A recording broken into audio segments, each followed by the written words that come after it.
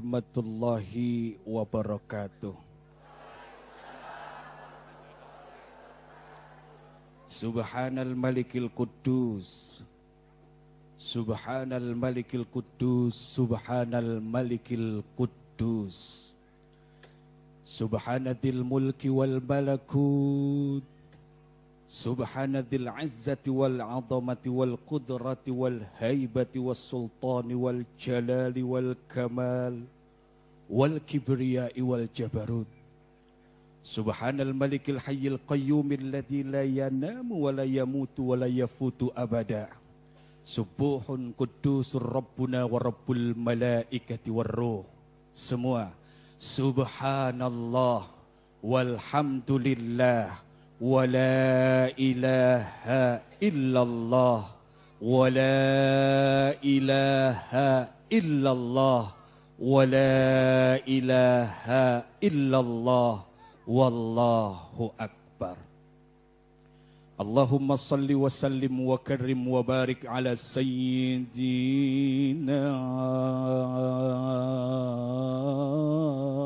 Muhammadin wa ala alihi wa sahbihi ajma'in, amma ba'du. Yang terhormat dan yang saya muliakan kepada Ibunda Dr. Hajjah Tatu Mulyana beserta keluarga dan juga kepada segenap pemirsa juga yang hadir di tempat ini, kita berharap dan memohon kepada Allah, wasilah Allah wafatkan almarhum, terjalin tali silaturrahim yang lebih besar, yang lebih luas, punya banyak manfaat, insya Allah menjadi kebaikan dan berkah dunia akhirat. Amin ya rabbal alamin. Pemirsa dan hadirin yang dirahmati Allah, bicara tentang kehilangan. Siapa orang yang ingin hilang? Kehilangan ini merupakan satu hal yang sangat-sangat tidak disukai. Yang paling fatal itu adalah ketika seseorang mengalami sebuah kehilangan yang disebut hilang harga diri. Kehilangan merupakan satu hal yang menjadi hak prerogatif Allah untuk menentukannya. Alhamdulillah wa syukrulillah. Silaturahim yang terjalin pada kesempatan yang berbahagia ini pun wasilah atau karena kehilangan. Seandainya almarhum masih Allah hidupkan sekarang, seandainya almarhum masih Allah panjangkan umurnya sekarang, boleh jadi kita tidak akan berjumpa dan saling mengenal serta silaturahim antar sesama. Lihat hikmah yang terkandung di dalamnya. Ternyata kehilangan ini sudah dialami oleh orang-orang terdahulu. Bagaimana dulu ayahanda dari Nabi Allah Yusuf alaihi salam ketika beliau kehilangan anaknya. Bagaimana dengan Nabi Allah Ayub alaihi salam ketika ia kehilangan kesehatannya. Bagaimana dengan Nabi Allah, para nabi Allah yang lain yang juga merasakan kehilangan. Dan juga yang dikenal sampai detik ini yaitu kehilangan baginda Nabi besar Muhammad. Ini adalah kehilangan yang terbesar dalam sejarah.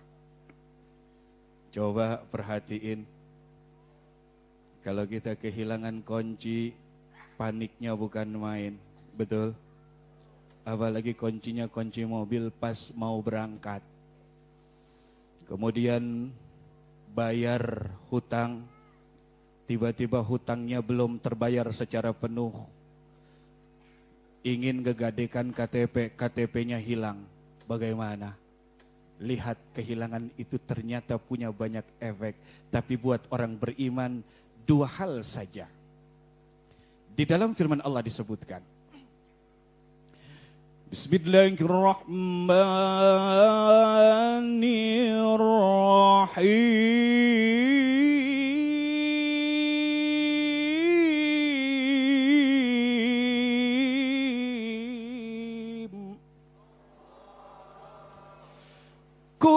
kullu nafsin dha'iqatul maut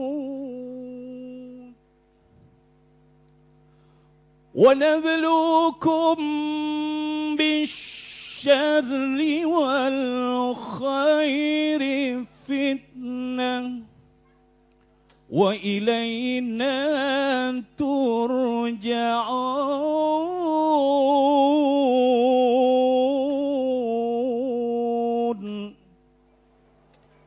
Lemes amat Allahnya. Maklum musim hujan, kemudian tengah bulan, wajar kalau Allah juga ikut dilemesin suaranya. Aduh, mestinya namanya zikir tidak pernah memandang keadaan dan kesempatan. Bertasbihlah kepada Allah pagi, sore, pagi, itu yang dianjurkan. Pemirsa dan juga hadirin dan hadirat rahimakumullah. Di dalam ayat ini ada sebuah kejelasan bahwa setiap yang berjiwa pasti mati. Dan kami uji kalian dengan kebaikan dan keburukan yang dapat menjadi fitnah. Wa ilaina turja'un. Dan ketika kita menghadapi hal yang demikian, maka kembalilah kepada almarhum meninggal dunia. Punya banyak manfaat buat kita. Apa kita mesti larut dalam kesedihan? La. Apa kita terus mengingat-ingat almarhum sehingga meneteskan air mata? Sudah.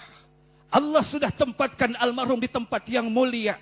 Disaksikan oleh jutaan manusia ketika orang-orang menghantarkan beliau ke makamnya. Ribuan, belasan ribu menghantarkan jenazahnya. Subhan. Ini bukti. Wajar. Ada pertanyaan dan statement, wajar Ustadz. Kita ini kan manusia, ada rasa sedih. Oh iya, sama saya pun ketika terkenang kebersamaan dengan almarhum, ya Allah, sakit nih hati. Perih hati ini. Demi Allah, perih. Tapi saya ingat petunjuk. Di dalam kitab Tanbihul Ghafilin Al-Faqih Abu Lis As-Samarqandi dijelaskan di sana. Bila engkau mengingat seseorang yang telah wafat, yang telah pergi kemudian menyakiti hatimu, baca kembali. Inna lillahi wa inna ilaihi raji'un. Insya Allah, bila kita mengembalikan semua kepada Allah Subhanahu wa ta'ala, Allah akan bantu tenangkan hati kita. Ingat, kematian, sakit, ataupun musibah apapun itu adalah satu hal yang wajib. Di dalam kitab Ruh Ibnul Qayyim Al-Jauziyah dijelaskan di sana bahwa bila ada satu rumah yang penuh dengan tawa, bersiaplah engkau. Suatu hari nanti rumah itu akan penuh dengan air mata. Bila ada kesenangan di sana, bersiaplah engkau untuk menghadapi satu duka cita. Musibah itu tidak pernah salah alamat. Yakin musibah tidak pernah salah alamat? Sebagaimana rezeki pun datang kepada kita tidak pernah salah alamat. Pemirsa dan hadirin rahimakumullah. Beberapa hal yang harus kita fahami. Bila ada satu musibah yang datang, kembalikan semua kepada Allah. Yang kedua, ambil hikmah yang terkandung di dalamnya. Demi Allah pasti ada kebaikan. Ingat doa penggali kubur. Ingat, penggali kubur itu di tengah malam dia berdoa, ya Allah,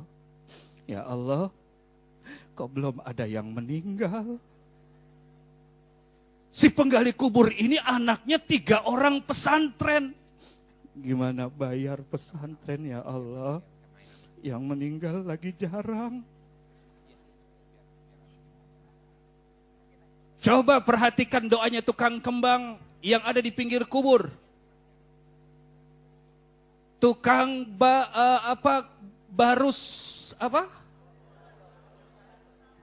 kapur. Pinter ya. Ya Allah, dites aja pada pinter, Masya Allah. Gimana gak dites ya. kabur, barus, nangis. Ya Allah, belum ada jenazah lagi. Tapi kita juga doa, ya Allah panjangkan umur kami ya Allah. Namun semua kembali kepada Allah Subhanahu. Yang ketiga, bila engkau menghadapi musibah, hadapi dengan ketabahan dan kesabaran. Karena tidak ada lagi obat yang paling manjur kecuali engkau bersabar. Kecuali engkau tabah. Wabashiris sabirin. Berikan kabar gembira kepada orang-orang yang bersabar. Insya Allah, saya perhatikan semua ini wajah-wajah orang yang sabar. Kelihatan wajah orang yang sabar ini, Masya Allah, mirip sekali dengan yang dikisahkan dalam kitab. Yaitu wajah-wajah penuh penderitaan. Ustaz, kira-kira kalau wajah saya kayak gimana, Ustaz? Kalau ini wajah terlalu sabar. Kelewat sabar, Ustaz. Kelewat sabar, maksudnya ngelewatin sabar. Oh gitu ya. Ustadz pengen tahu waktu itu kan ketika almarhum wafat, Ustadz waktu itu sedang ada di Mekah ya? Iya, sedang ada di tanah suci. Itu gimana perasaan Ustadz? Allahu Akbar. Satu hal yang saya ingat. Ketika saya mendengar berita almarhum wafat, ya. Saya berada di depan Ka'bah. Tapi nggak tahu ya, saat itu kok perasaan sedih saya cuma setengah. Setengah? Maksudnya gimana Ustaz? Bingung kan? Gua cari ke sini dulu nggak ada. Setengah. Kenapa setengah? Karena saya sedang dihibur oleh Allah dengan melihat Ka'bah. Kemudian saya tawaf atas nama almarhum, saya hadiahkan kepada almarhum. Waktu itu belum tahu kan? Setelah tahu. Oh setelah tahu. Setelah tahu kepastian beliau wafat, itu benar-benar Masya Allah saya menangis di depan Ka'bah. Seumur-umur saya nangisi adik saya di depan Ka'bah, tapi sudah meninggal. Itu saya menangis. Ketika saya teleponan dengan Umi Tatu, saya berusaha tegar. Iya. Tapi ketika saya teleponan dengan Haji Deki, baru menangis di sana. Namun ketika saya keluar dari Ka'bah, keluar dari area Ka'bah, subhanallah, itu berasa sekali, Masya Allah. Bayangkan adik meninggalnya kecelakaan, sendirian saat itu, tidak melihat jenazahnya, saya jauh dan saya tidak bisa menghadiri pemakamannya. Tapi sama saya yakin, itu Allah. Masya Allah sayang sama kita semua. Nah terus satu lagi mungkin Ustaz, ketika orang itu banyak menghadapi dengan seperti apa ya, menghadapi kematian itu dengan sikap yang seperti apa sebenarnya harusnya itu? Yang harus kita sikapi ketika menghadapi musibah yang bernama kematian, pertama adalah bila engkau tidak bisa berbuat kebaikan, maka diam lebih baik. Dikhawatirkan bila engkau berkata-kata, kata-katamu keluar dari iman. Subhanallah. Bila engkau berbuat, perbuatanmu dikhawatirkan keluar dari iman. Karena bedanya orang beriman dengan orang yang kurang beriman itu, orang yang kurang beriman baru sadar setelah 5 hari. Maksudnya apaan? Baru sadar setelah 5 hari. Setelah 5 hari baru nyesel, ya Allah kenapa saya merobek baju, kenapa saya maki-maki orang. Itu setelah beberapa hari. Orang beriman itu ketika dihadapkan pada sesuatu yang tidak ia sukai, itu pertama, kalau dia tidak bisa melakukan kebaikan, dia tidak berbuat apa-apa. Dia diam. Dia beristighfar, mohon ampun kepada Allah. Subhanallah. Semua itu ya Kak Agus punya rasa diam, penyesalan, kehilangan seperti tadi tema yang Ustadz Aswan tausiahkan pada malam hari ini, itu semua berkat kebesaran Allah Subhanahu wa taala.